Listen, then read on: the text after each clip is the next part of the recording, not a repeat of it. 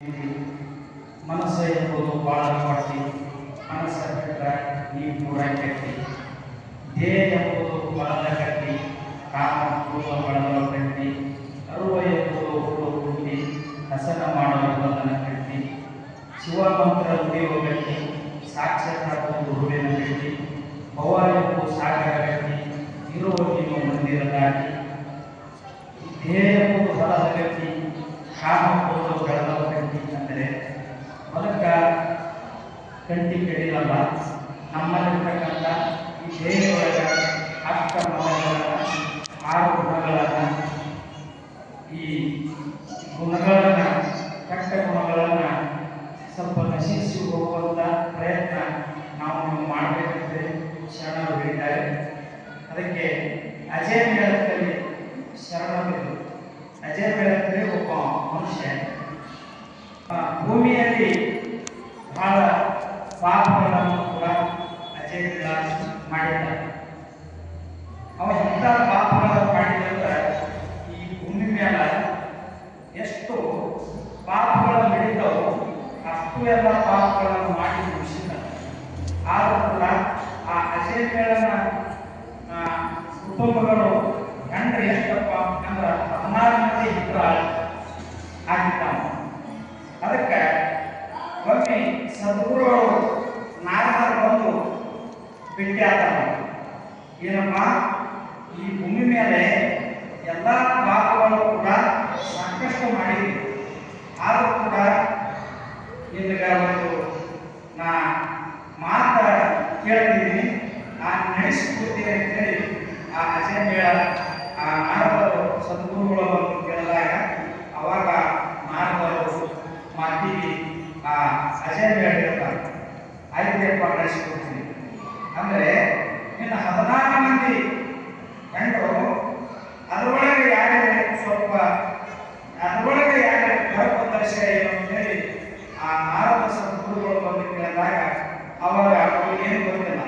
ಅದಕ್ಕೆ ಆ 16 ಮಂದಿ ಹೆಣ್ಣು ಮಕ್ಕಳು ಅವರಲ್ಲೇ ಎಲ್ಲ ಚರ್ಚೆಯನ್ನು ಮಾಡಿ ಇವರೊಬ್ಬರು ಅದರಂತೇಳಿ ಆ ಹೆಣ್ಣು ಮಕ್ಕಳು ಬಂದು ಗಂಡರು ಬಂದು ಹೇಳ್ತಾರೆ. ಅದಕ್ಕೆ ಆ ಅಜಯ ಮೇಳ ಕೇಳ್ತಾರ ಸದ್ಗುರು, ಈ ತಾಯಿ ಗರ್ಭದರ್ಶನ 1 ವರ್ಷದೊಳಗೆ ಗಂಡಸ ಮಗನೇ ಹುಟ್ಟಾನ, ಆದ್ರೆ ಈ ಮಗನಿಗೆ ನಾರಾಯಣ ಅಂತ ಹೆಸರು ಅಂತೇಳಿ ಆ ಅಜಯ ಮೇಳ ನಾರದ ಸದ್ಗುರುಗಳು ಆಶೀರ್ವಾದ ಮಾಡಿದಾಗ ಆಯ್ತಪ್ಪ ಅಂತೇಳಿ ಮುಂದೆ ಆಶೀರ್ವಾದ ಮಾಡಿ ಆ ಸದ್ಗುರುಗಳು ಹೋಗಿದ್ದ.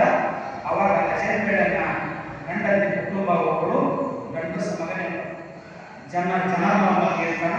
ಅದಕ್ಕೆ ಆ ನಾರಾಯಣ ಅಂತೇಳಿ ನಾಮಕರಣ ಮಾಡಿದ್ದ. ಅವಾಗ ಭೂಮಿ ಮೇಲೆ ಸಾಕಷ್ಟು ಅಜಯ ಮೇಳ ಪಾಪಗಳನ್ನು ಮಾಡಿದ್ದ. ತನ್ನ ಶರೀರನ ದೇಹ ಬಿಡುವಂತ ಕಾಯಮದೊಳಗ ಸಂದರ್ಭದೊಳಗ ಅವಾಗ ಏನು ಮಾಡಿದ್ದಂದ್ರೆ ಈ ನಾರಾಯಣನ ಒಂದು ಹೆಸರೇನಿಟ್ಟು ನನ್ನ ಮಗುವಿಗೆ, ಆ ಮಗುವಿಗೆ ಹೆಸರಿಡುವಾಗ ಅವಾಗ ಆ ಎಲ್ಲ ಪಾಪಗಳನ್ನು ಸಾಕಷ್ಟು ಮಾಡಿದ್ರು ಕೂಡ ಅವ ಏನು ಮಾಡಿದಂದ್ರೆ ತನ್ನ ದೇಹ ಬಿಡುವಂತ ಸಂದರ್ಭದಾಗ ಅವಾಗ ಆ ದೇಹ ಬಿಡುವಂತ ಸಂದರ್ಭದಾಗ ಆ ಮಗನಿಗೆ ಕರೆಸಂತ ಹೇಳಿ ಆ ದೇಹ ಬಿಡುವಾಗ ಸುತ್ತಮುತ್ತಲೆಲ್ಲ ಇರ್ತಂತ ಎಲ್ಲ ತನ್ನ ಬಂಧುಗಳನ್ನು ಕೇಳ್ತಾನೆ. ಅವಾಗ ನಾರಾಯಣನ ಕೂಸ 12 ವರ್ಷದ ಕೂಸ ಕಳೆದು ಬಾಲ ಕೂಸ ಚಂದ್ರನಂತೆ ಬೆಳೆದಂತ ಅಪರೂಪದಂತ ಆ ನಾರಾಯಣನ ಬಂದು ಕರೆಸಿದಾಗ ಅವಾಗ ನಾರಾಯಣ ಅನ್ನಬೇಕಂತ ಒಂದು ನಾಮ ಒಳಗ ನಾರಾಯಣ ನಾರಾಯಣ ಅಂದಾಗ ಅವನ ಜೀವನ ಹೋಗಿಬಿಡ್ತಾವ.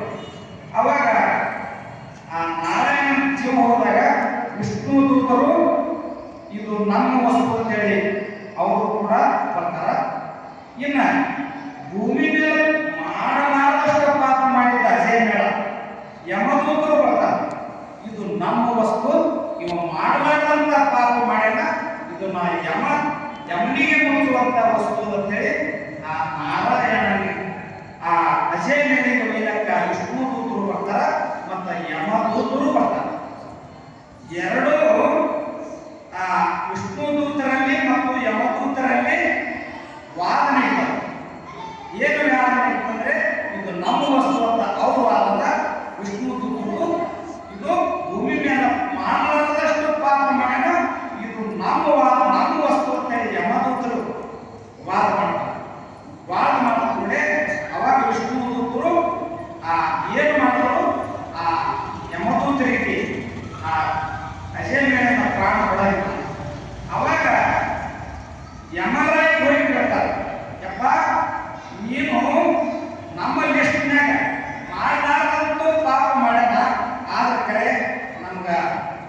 ಬಿಡಲಾಗಿ ವಿಷ್ಣು ದೂತರು ಅಂತೇಳಿ ಯಮದೂತರು ಯಮರಾಯಿ ಹೋಗಿ ಹೇಳಿದಾಗ ಅವಾಗ ಹೇಳ್ತಾನ ಅವ್ರು ಸಾಕಷ್ಟು ಪುಣ್ಯನ ಪಾಪ ಮಾಡ್ಯಾರ, ಲಾಸ್ಟ್ ಜೀವ ಬಿಡುವಾಗ ಪರಮಾತ್ಮವನ್ನ ನೆನೆಸ್ಯಾರ.